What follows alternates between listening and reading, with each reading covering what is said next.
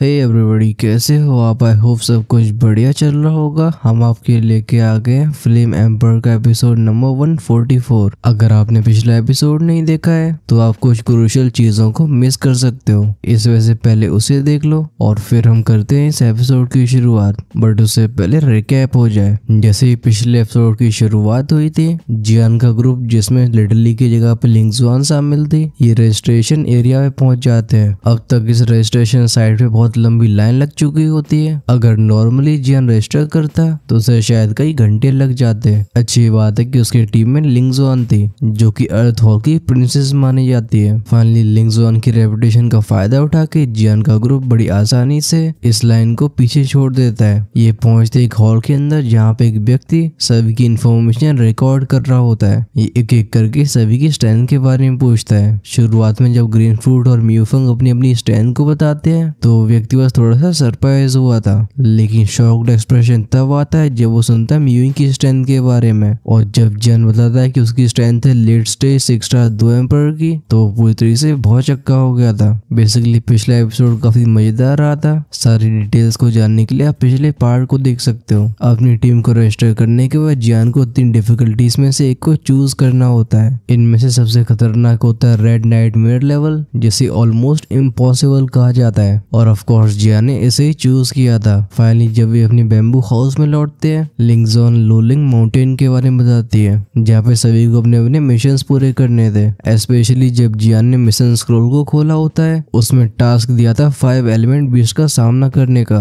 बस 5 element beast के नाम को ही पढ़ के लिंगजुआन के चेहरे से रंग उठ जाते हैं। ऐसा क्यों हुआ था, ये तो बात पिछले एपिसोड में छिपी रह गई है। एट द एंड जियान बिल्कुल पीछे नहीं हटता है, और इस तरीके से अब इन्हें इंतजार था रात निकलने का, क्योंकि अगले दिन ही टीम कंपटीशन शुरू होने वाला है। तो फिर चलो हम यहीं से अपने एपिसोड को शुरू करते हैं। भले ही रात एकदम शांति से भरी हो, लेकिन इसमें टेंशन की कमी नहीं थी। बर्निंग इंसेंस पवेलियन की ज्यादातर डिसाइपल्स आज सो नहीं पाते, लेकिन रात तो बीत नहीं थी और फाइनली सुबह का समय आता है। आज के दिन बर्निंग इंसेंस पवेलियन का टीम कंपटीशन शुरू होना था। सूर्य की रोशनी ने जमीन को छू नहीं पाया होता है, तब तक वो टेस्टिंग एरिया लोगों के द्वारा पूरी तरह से भर चुका था। ऐसा लगता है पूरी माउंटेन रेंज ही जी उठी हो। एक बंदा बोलता है, क्या तुमने सुना कि इस बार का टीम कंपटीशन पिछले वालों से पूरी तरीके से अलग है? इस डिसाइपल का साथी बोलते हैं, हाँ मैंने अभी अपनी मिशन चेक करे। तभी बगल में से एक बंदा बोलता है, तुम्हारा मिशन क्या है? बेसिकली ये सीन यहाँ पे नहीं होता, बल्कि ऐसी कन्वर्सेशन चारों तरफ फैली हुई थी।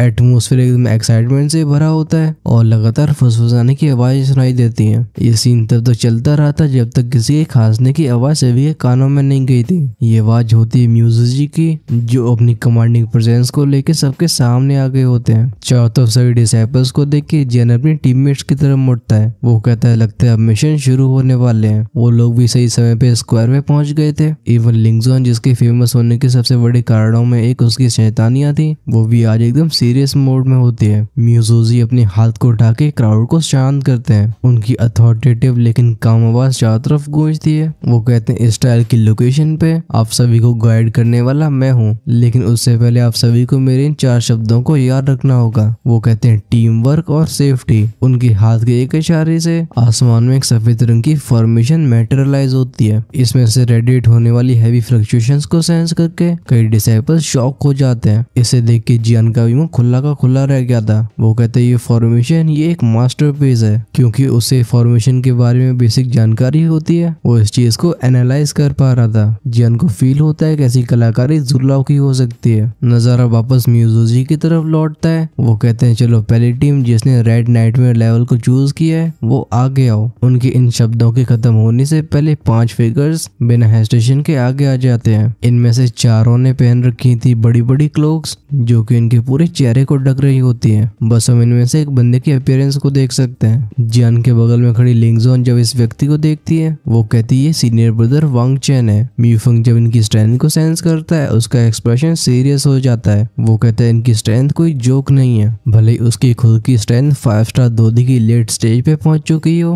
तभी वो जिस ऑरे को इन सभी से सेंस कर पा रहा है, ये कहा जा सकता है कि म्यूफंग अभी इंफीरियर फील कर रहा था। ऑफ कोर्स जियान अपनी टीम की फीलिंग्स को समझ पाता है। वो म्यूफंग के कंधे को थपथपाते हुए बोलता है, तुम्हें इसकी चिंता नहीं करनी चाहिए। एक जेंटल एनर्जी म्यूफंग को काम कर देती है। जियान पूछता है, लिंगजुआन ये कौन लोग हैं? ये सुन के लिंगजुआन थोड़ा हेजिटेट करती है। वो बताती है हमारे अर्थ हॉल के स्ट्रॉन्गेस्ट डिसाइपल्स हैं। ये है second senior brother, third senior brother, fourth senior brother और फिफ्थ सीनियर ब्रदर, और लास्ट है फिफ्थ सीनियर ब्रदर जिनसे तुमने फाइट करी थी। वो इस टीम में सबसे कमजोर कहे जा सकते हैं। ये सुन के जियान अपनी भौं से कोड़ लेता है। इन पांचों में से एक का ऑरा जियान को काफी अनफेथमेबल लग रहा था, खासकर जियान की अभी की एबिलिटीज के हिसाब से। उसे दूसरों की स्ट्रेंथ को सेंस करना ये कोई बड़ी बात नहीं होनी चाहिए। दूसरी तरफ वांगचन बाव करके बोलता है, पैलेस मास्टर म्यू हम तैयार हैं। म्यूजी नोट करते हैं। उनके चेहरे के एक्सप्रेशन को देखे कुछ कहा नहीं जा सकता था। वो कहते हैं गुड लक। तुरंत ही उनका हाथ मूव होता है। वो तेजी से पेचीदा हैंडसील्स को बनाने लगते हैं। अचानक से वो मैसिव टेलीपोर्टेशन फॉर्मेशन एकदम जिंदा सी हो गई थी। एक सफेद रंग की रोशनी इन पांचों को ढक लेती है और अगले इंस्टेंट में गायब हो जाते हैं। इसे देख के एकदम शांति फैल गई होती है और इस शांति को तोड़ने वाले म्यूजी थे। वो कहते हैं अगली टीम। फाइनली अब क्राउड रिकवर हुआ था। लोग कहते हैं आखिर ये कहाँ पे गए। म्यूजी सभी को दिलासा देते हुए बोलते हैं ये टेलीपोर्टेशन फॉर्मेशन सीधा ट्रायल ग्राउंड से कनेक्ट करती है। वहाँ पे पहुंचने के बाद आप सभी को कोई न कोई गाइड कर रहा होगा। ये उनके डिसाइपल्स के दिल को ठंडक पहुंची थी। अब उनकी शुरुआती एंजाइटी को उस एंटिसिपेशन ने रिप्लेस कर लिया था। म्यूजी जियान की तरफ मुड़ के बोलते हैं जियान तुम्हारी अगली टीम है। बिना हिचकिचाए जियान आगे की तरफ इशारा करता है और वो सभी म्यूजी की तरफ आगे बढ़ गए थे। क्योंकि जियान उनके ह्यूमन हॉल का मेंबर होता है। इन सभी को देख के उनके चेहरे पे एक हल्की सी स्माइल आई होती है। अब बॉस वो इसे काफी जल्दी छिपा भी लेते हैं। वो कहते हैं ठीक है तुम फॉर्मेशन में एंटर करो। तुम सभी को रिलैक्स करना होगा। टेलीपोर्टेशन पावर का विरोध करने की कोई जरूरत नहीं है क्योंकि तुम्हारी तरफ से कोई रेजिस्टेंस तुम्हारी स्पेशल स्ट्रेंथ को नुकसान पहुंचा सकती है। जियान रिस्पेक्टफुल तरीके से नोट करके बोलता है पैलेस मास्टर मैं समझ गया। इससे पहले जियान का ग्रुप गायब हो पाता, म्यूजी जियान को याद दिलाते हैं कि उस वुडन टोकन को सेफ रखना। तुम्हें याद रखना होगा कि रेड स्क्रोल का मिशन ही तुम्हारा अकेला मिशन नहीं है। जियान इसके बारे में और कुछ पूछना चाह रहा था लेकिन इसी मोमेंट में फॉर्मेशन की लाइट उसे एनगल्फ कर लेती है। मतलब उस टेलीपोर्टेशन पावर ने उसे निकल लिया था और जियान की टोली ट्रायल ग्राउंड की तरफ चली जाती है। टेलीपोर्टेशन फॉर्मेशन के अंदर जियान को फील होता है कि एक अजीब सी पावर ने उसके शरीर को ढक लिया है। ये फीलिंग स्ट्रेंज होने के बाद भी जानी पहचानी सी लग रही थी। तभी शिनयान की आवाज उसके दिमाग में गूंजती है। वो कहते हैं इसे एनालाइज करने की जरूरत नहीं है। मुझे लगता है इसे डिजाइन करने वाले जुल्ला होंगे और तुम अभी तक उनके लेवल तक पहुंच नहीं पाए हो। ये सुन के जियान बस साय कर सकता था। वो शिनयान के सुझाव को मानता है। फाइनली वो ऑब्जर्व करने लगता है अपने टीममेट्स को। ऐसा लगता है टेलीपोर्टेशन फॉर्मेशन ग्रीन फ्रूट और म्यूफंग को कुछ खास अफेक्ट नहीं कर पा रही है। वहीं पर लिंगजॉन की बॉडी में से एक हल्की प्रोटेक्टिव लाइट बाहर आ रही थी। लगता है खतरों से बचाने के लिए उसके पास सच में कीमती ट्रेजर्स मौजूद हैं। दूसरी तरफ म्यूइंग को सराउंड कर रखा होता है इस ब्लू फ्लेम ने जो इंस्टिंक्टिवली उसे शील्ड कर रही होती है। कुछ और पलों के बाद वो लाइट डिम हुई थी। जियान की टोली अपने आप को एक नई लोकेशन पे पाती है। ये जगह एक घना सा जंगल था। इस जंगल का वातावरण काफी ऑप्रेसिव होता है, खासकर जो उसके बड़े बड़े पेड़ होते हैं उनकी जमीन पे पड़ने वाली परछाइयां ये एक इरी सेंसेशन दे रही थी।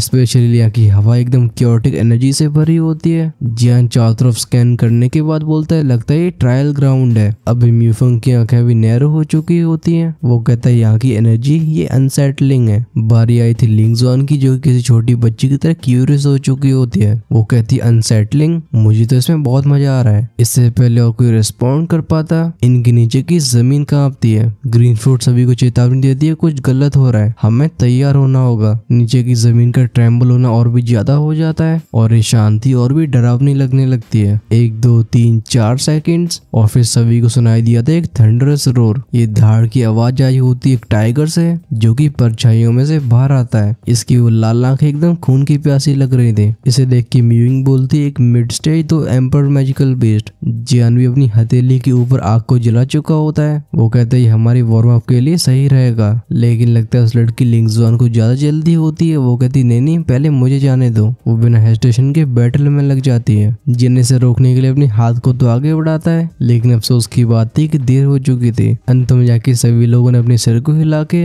इस शुरुआती बैटल को ज्वाइन कर लिया होता है। सभी अपनी अपनी यूनिक एबिलिटीज को दिखाते हैं। ग्रीन फ्रूट का ऑरा उस टाइगर के डिफेंसेस को कमजोर कर देता है। वहीं पे म्यूफंग और लिंगजॉन कारण ये लगातार हमले कर रहे थे। जियान का काम होता है अपनी फ्लेम्स का यूज करके इस टाइगर को रोकने का, जिससे ज्यादा उछल कूद न कर सके। वहीं पे म्यूइंग इस टाइगर के कमजोर हिस्सों को निशाना बना रही थी। हालांकि टाइगर काफी ज्यादा फेरोशियस था, लेकिन जियान की टीम के सामने उसकी एक नहीं चलती। एक आखिरी रोड की आवाज के साथ हम उसके धड़ को जमीन पर गिरते हुए देखते हैं। इस बीच को दोबारा से चेक करने के बाद जियान कहता है हमारी पहली बैटल के हिसाब से अच्छा रिजल्ट है, लेकिन हमें ये भी नहीं भूलना चाहिए कि हमारा फर्स्ट चैलेंज है। अभी चीजें बस शुरू हो रही हैं। लिंगजॉन जिसके गालों पे मिट्टी लग चुकी होती है, वो एक बड़ी सी स्माइल के साथ बोलती है अगर सच में ये शुरुआत है तो फिर आगे क्या होने वाला है मैं उसका और इंतजार नहीं कर सकती। ये सुन के जियान के टीम मेंबर्स एक दूसरे की तरफ देख के हंसने लगे थे। फाइनली हम इन सभी को इस डेंस फॉरेस्ट के अंदर जाते हुए देखते हैं। जाते जाते म्यूफंग पूछता है क्या हम सभी को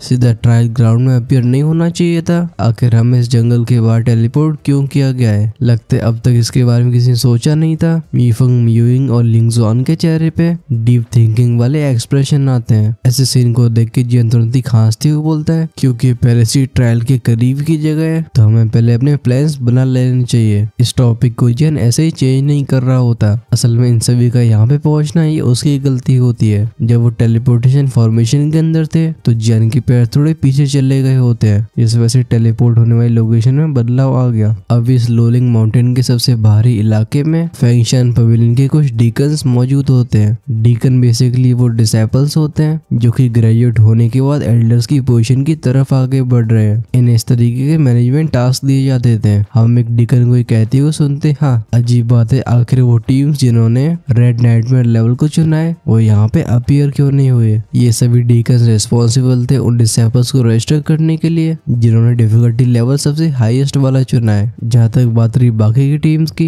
ये लोलिंग माउंटेन में नहीं थे। इस लोलिंग माउंटेन को खासकर सेक्ट के एलीट डिसेपल्स के लिए तैयार किया गया था। एक डीकन पूछता है गायब होने वाली टीम कौन सी है? इसके जवाब में दूसरा वाला बोलता है मुझे लगता है जियान की टीम होगी। जब वो डीकन सुनता है जियान के बारे में, वो कहते हैं जियान हाँ, ओल्ड जू ने कहा है कि इस जियान के बारे में परेशान नहीं होना चाहिए। चलो ठीक है, तुम सभी अपने काम पे लग जाओ। और कुछ इस तरीके से सारे डीकन्स जियान की टीम को इग्नोर कर देते हैं। सीन वापस जियान की तरफ जाता है। वो भी बड़े से पेड़ के नीचे बैठा होता है। वो कहता है मेरे रिकॉर्ड्स के हिसाब से ये लोलिंग माउंटेन होना चाहिए। ये सुन के लिंगजॉन जो कि काफी समय से शांत रहने की कोशिश कर रही थी, वो अपने आप को रोक नहीं पाती। वो अपनी आंखें रोल करके बोलती ये लोलिंग माउंटेन है? क्या तुम सच में जानते हो कि लोलिंग माउंटेन क्या है? लगता है लिंगजॉन को फील हो रहा होता है कि उसके टीममेट्स उसे अंडर एस्टिमेट कर रहे हैं। इस वजह से अपने आप को प्रूव करना चाहते थे। ऑफ कोर्स नए सीक्रेट्स जानने में जियान को कोई परेशानी नहीं होती। वो काफी इंटरेस्ट के साथ बोलते हैं लोलिंग शेन। आखिरकार अनजानी जगहें सबसे खतरनाक होती हैं और अगर वो इन खतरों से बचना चाहते हैं तो इन्हें सिचुएशन को अच्छे से समझना होगा।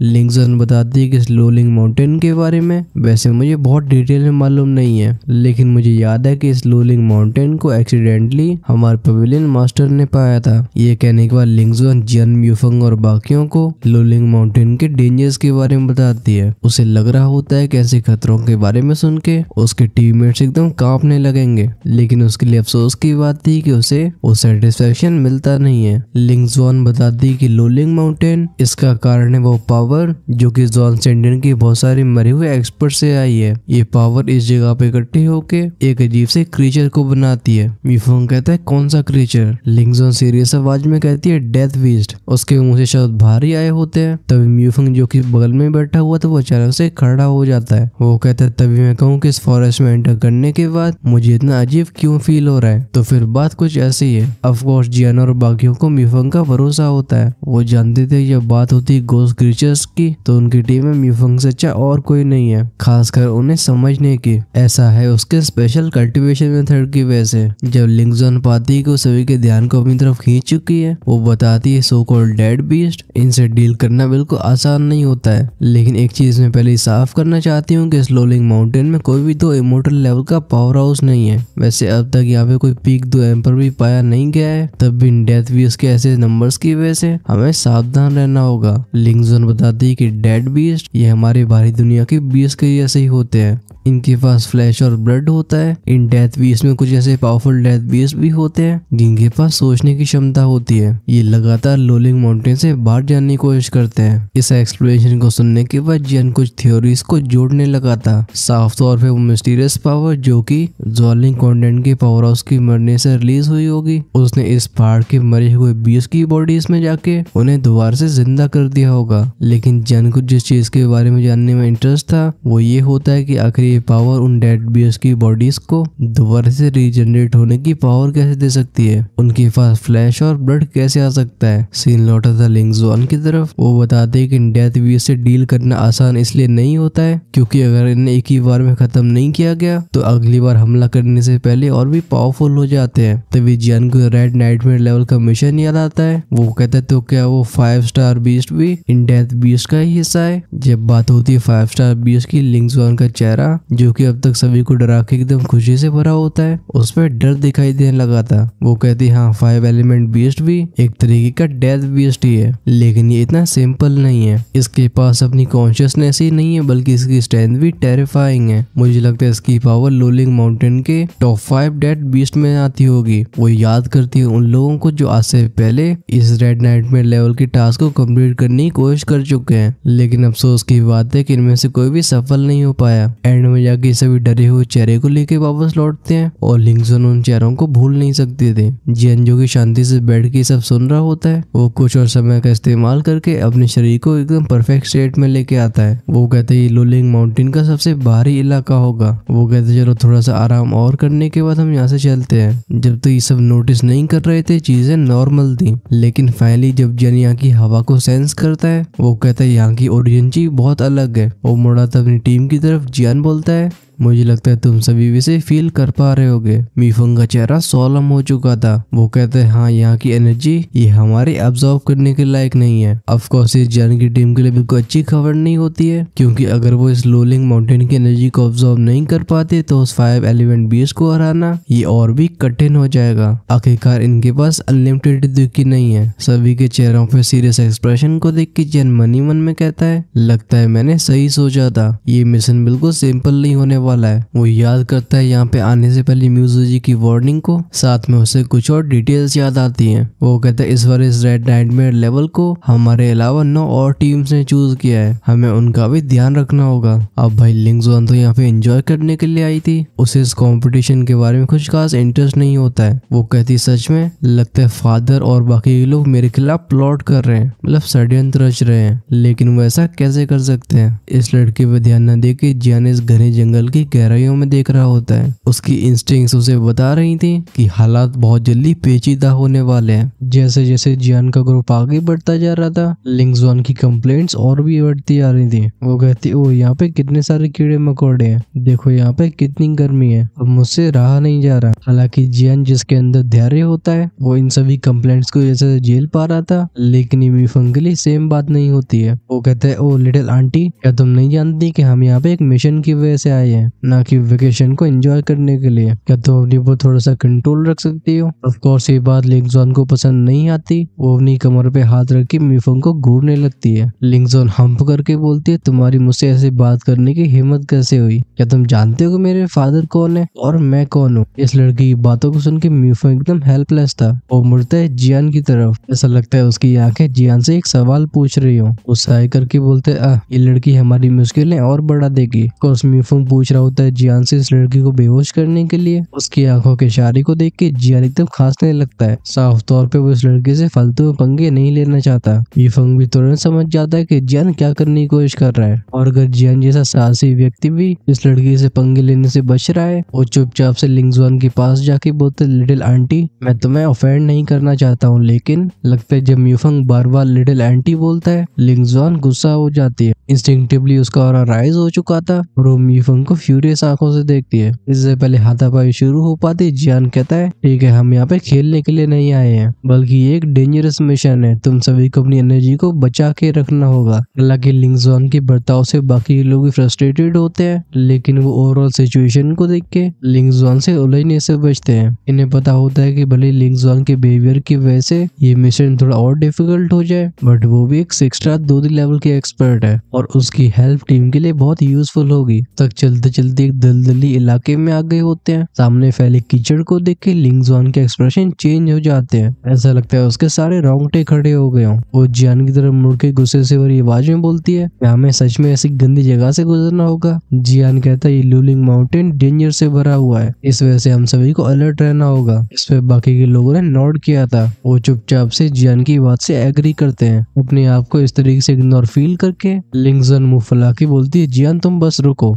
हम जब इस मिशन को कंप्लीट करके वापस लौटेंगे मैं अपने फादर से कह के तुम्हें मजा चखाऊंगी। आखिर तुम्हारी मुझे कीचड़ में घुसाने की हिम्मत कैसे हुई? जियान उसे फोकस न करके अपनी पिक्चर स्टैंड को फैलाता है। वो हर एक डिटेल को नोटिस कर रहा होता है। बात बस ऐसी होती है कि डेंस जंगल इतना ज्यादा बड़ा होता है कि जियान के लिए भी इसकी हर एक डिटेल को जानना पॉसिबल नहीं था। फाइनली कुछ समय के बाद उसकी नजरें हो जाती हैं एक जगह पे फिक्स। जियान कहता है, पास में कोई है। ये सुन के म्यूइंग की आंखें सतर्कता से भर जाती हैं। वो जियान से हल्की आवाज में पूछती है, अच्छा तो तुम क्या सेंस कर पा रहे हो? जियान एक काम आवाज में बोलता है, मुझे लग रहा है कि हमें कोई फॉलो कर रहा है। नजारा जियान के ग्रुप से कुछ 100 मीटर पहले का दिखाया जाता है। हम पेड़ की मोटी सी टहनी पे एक शैडोई फिगर को देख सकते हैं। उन पत्तों के बीच में से उसकी आंखें जो कि जियान के ग्रुप को घूर रही होती हैं, उनमें एक अजीब सी लाइट होती है। अचानक से जियान की नजरें उस डायरेक्शन में मुड़ती हैं जहाँ पे व्यक्ति मौजूद था। तुरंत ही वो बंदा शॉक हो जाता है। वो कहता है, इस लड़के ने मुझे कैसे ढूंढा? हड़बड़ाहट में उसका पैर एक सूखी पत्ती के ऊपर रख जाता है। ये देख के उस बंदे के एक्सप्रेशन चेंज हुए थे,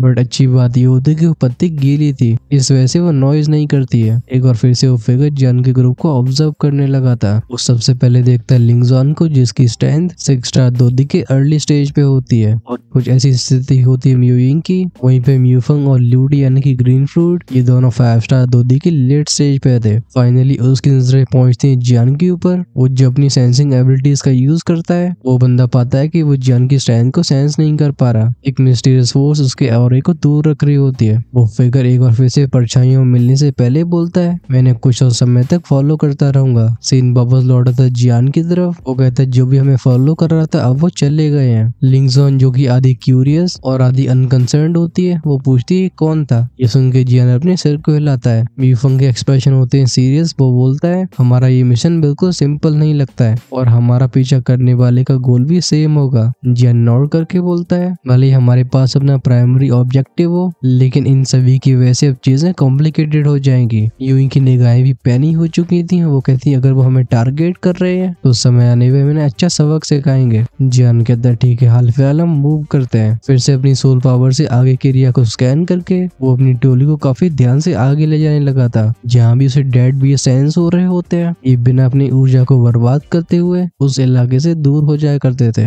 नजारा दिखाया गया था हमें इस जंगल के दूसरी जगह का। एक बहुत बड़े पेड़ के नीचे कुछ फिगर्स इकट्ठे हो रखे होते हैं। इनका लीडर आराम से पेड़ के तने के सहारे खड़ा होता है। इस व्यक्ति की लंबाई काफी होती है। वहीं पे उसके वो साफ सुथरे सिंपल कपड़े ये उसकी स्ट्रेंथ को छिपाने का काम करते हैं। तभी उसका एक सबऑर्डिनेट बोलता है, कैप्टन हमें एक टीम मिली है। तुरंत ही उस कैप्टन की आंखें लाइट अप हो जाती हैं। वो कहते हैं, वो कौन है और उन सभी की स्ट्रेंथ कैसी है? वो स्काउट जो कि जियान को फॉलो कर रहा था, वो कहता है, एक 6 स्टार 2 एम्पर, 2 5 स्टार 2 एम्पर और इनके साथ है वो हमारी डंजन वाली लिटिल विच। बस मैं उनके लीडर की स्ट्रेंथ को सेंस नहीं कर पाया हूँ। ये सुन के उस कैप्टन के चेहरे पे स्माइल आ गई थी। वो कहता है, तो ये लिंग जुआन का ग्रुप है। हाँ, अभी एक और सबऑर्डिनेट बोलता है, इससे पहले और कोई इनके ऊपर हमला कर पाए, हमें उस मौके को गंवाना नहीं चाहिए। इसके साथ और भी लोग बोलने लगे थे। फाइनली वो कैप्टन अपने हाथ को उठा के सभी को शांत कर देता है। वो कहता है, पेशेंस, चलो पहले हम उनसे मिल के देखते हैं। हमारा मिशन बस टास्क को कंप्लीट करने का नहीं है, बल्कि कंपटीशन को एलिमिनेट करने का भी है। अगर हम उनके वुडन कार्ड को ले लेते हैं तो इससे हमें काफी बड़ा एडवांटेज मिल जाएगा। ये कहने के साथ ये रेनबो टीम जो कि काफी अच्छे कोऑर्डिनेशन को रखती थी, वो एक साथ गायब हो जाती है। ऑफ कोर्स ये बढ़ रहे होते हैं जियान के ग्रुप की तरफ। दूसरी तरफ आगे बढ़ रहा जियान अचानक से रुक जाता है। उसकी आंखें एकदम नैरो हो गई थी। तो एक आत्मविश्वास से भरी आवाज में कहता है, ये आ रहे हैं। ये सुन के बाकी के लोग टेंस हो गए थे। उनकी नजरें जंगल को स्कैन करती हैं। यू यिंग पूछती है, कितने लोग हैं? ये बात ऑब्वियस थी। जियान कहता है, 5 लोग और ये स्ट्रॉन्ग है। लिंग जुआन जो कि अभी एकदम केयरफ्री बिहेव कर रही होती है, वो कहती है, बस 5 लोग। ठीक है, उन्हें आने दो, मैं उन्हें बताती हूँ कि मुझसे उलझने के कैसे परिणाम हो सकते हैं। इस लड़की को अभी ऐसे बिहेव करती हुए देख म्यूफंग अपनी आंखें रोल करता है। कुछ समय के बाद दोनों टीम्स एक दूसरे से मिलती है। इनका कैप्टन आगे आता है। ये अपनी कमांडिंग प्रेजेंस को बिल्कुल छिपा नहीं रहा था। वो जियान के ग्रुप से बोलता है, ग्रीटिंग्स, मुझे लगता है हम सभी का यहाँ पे आने का एक ही कारण है, इस वजह से क्यों ना थोड़ी बातचीत करी चली जाए। अभी जियान का चेहरा एकदम स्थिर था। अगले इंस्टेंट में उसकी स्पिरिचुअल स्ट्रेंथ दूसरी पार्टी के सारे मेंबर्स को घेर लेती है। वो कहते हैं एक बात चाहिए था, लेकिन ये डिपेंड करता है कि तुम्हारी इंटेंशंस कैसी हैं। उस इनविजिबल स्पिरिचुअल एनर्जी को सेंस करके इस रेनबो टीम के मेंबर्स के एक्सप्रेशन भी थोड़े सीरियस हो जाते हैं। धीरे धीरे हवा में टेंशन बढ़ने लगी होती है। तब लिंगजॉन की आवाज सुनाई देती है। लगता है वो इस टीम को पहचानती थी। वो एक डिस्डेन के साथ बोलती, हम तो ये तुम हो। उस रेनबो टीम के ग्रुप में से एक व्यक्ति बाहर आता है। जब उसकी नजरें लिंगजॉन के ऊपर जाती है, ऐसा लगता है ये नजरें जेलसी से भरी हो। वो कहता है, लिंगजॉन आज तुम्हारे फादर और सीनियर ब्रदर यहाँ मौजूद नहीं है। मैं भी देखना चाहूंगा कि तुम मुझे कैसे फेस करती हो। लिंगजॉन के एक्सप्रेशन ऐसी हो जाते हैं। वो कहते, शोजू, मैं तुम्हारे उन पैथेटिक अटेम्प्ट्स को भूली नहीं हूँ जो तुमने मुझे इम्प्रेस करने के लिए किए थे। तुम अभी मेरे सामने अनवर्दी हो। बूम की आवाज के साथ उसकी बॉडी में से फाइनली से एक्स्ट्रा दोदी का ऑरा इरप्ट होता है। इसने उसके चारों तरफ की हवा को जमीन पर दबा दिया होता है। दूसरी तरफ गुस्से की वजह से उस लड़के शोजू का एक्सप्रेशन भी ट्विस्ट हो गया था। वो इस ऑरे का सामना करता है अपने ऑरे से। शोजू कहता है कि तुम्हें सच में ऐसा लगता है कि तुम मुझसे बेटर हो क्योंकि तुम्हारे पास तुम्हारे फादर है। चलो आज मैं तुम्हें दिखाता हूँ कि असली फेलियर कौन है। ये सब साइडलाइन से देख रहा है जियान ज्यादा बीच बचाव करने की कोशिश नहीं करता है। वो बस लिंगजॉन की तरफ देख के एक न्यूट्रल आवाज में कहता है, क्या तुम्हें मेरी मदद चाहिए? उसकी तरफ देख के लिंगजॉन बस एक स्माइल दिखाती है। एक कॉन्फिडेंस से भरी स्माइल थी।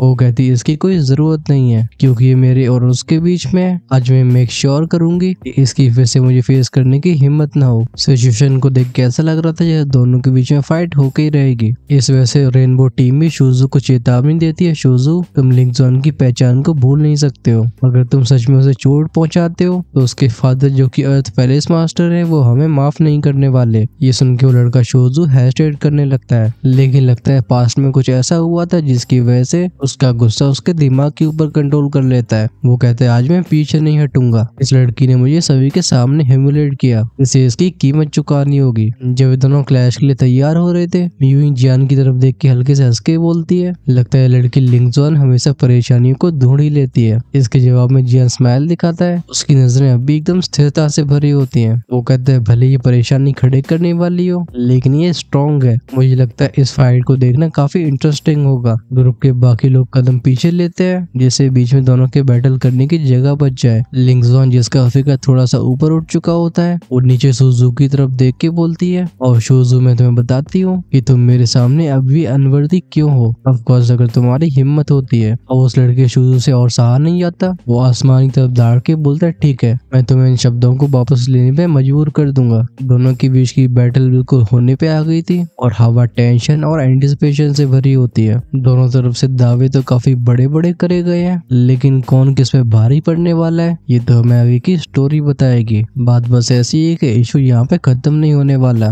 नेक्स्ट एपिसोड में हम लिंगजॉन की स्टैंड को तो देख ही रहे होंगे, साथ में दोनों टीम के कैप्टन के बीच में क्लैश होने वाली है। और इसका मतलब क्या है, आई थिंक मुझे इसके बारे में आपको बताने की जरूरत नहीं है। हमारा ये वाला आर्क फुल फाइटिंग सीन से भरा होने वाला है। फॉर एग्जाम्पल ये फाइट नेक्स्ट एपिसोड में भी खत्म नहीं होने वाली। चीजें 2 एपिसोड तक जाएंगी, फिर से कोई स्टोरी आगे बढ़ रही होगी। सो अपने आप को तैयार करके रखो, और ऐसा आप कर सकते हो चैनल को सब्सक्राइब और बेल आइकन के बटन को ऑन करके, जिससे रिलीज होते ही एपिसोड सबसे पहले आपके पास पहुंचे। ऑफ कोर्स अगर आप एपिसोड्स को 1 या 2 दिन पहले एंजॉय करना चाहते हो तो बन सकते हो हेल गार्डन की प्रीमियम कम्युनिटी का हिस्सा। ये आप ज्वाइन बटन को दबा के कर सकते हो, जो कि सब्सक्राइब के साइड में मिल जाएगा। हम हर शाम को जैसे वीडियो प्रिपेयर करते हैं उन्हें सारे मेंबर्स के लिए अर्ली एक्सेस के रूप में अवेलेबल करवाते हैं। इमोर्टल एम्पर या उससे ऊपर वाले लोग देख पाते हैं 2 एपिसोड्स आगे, वही फिर नॉर्मल मेंबर्स हमेशा 1 एपिसोड आगे रहते हैं। बट उसे चेकआउट करने से पहले आप कमेंट्स में लिख के बताओ कि आपको ये एक्सप्लेनेशन कैसी लगी है और क्या आपको साउंड क्वालिटी पसंद आ रही है। इसी नोट के साथ हम वीडियो को फिनिश करते हैं। Stay safe, tata, bye bye.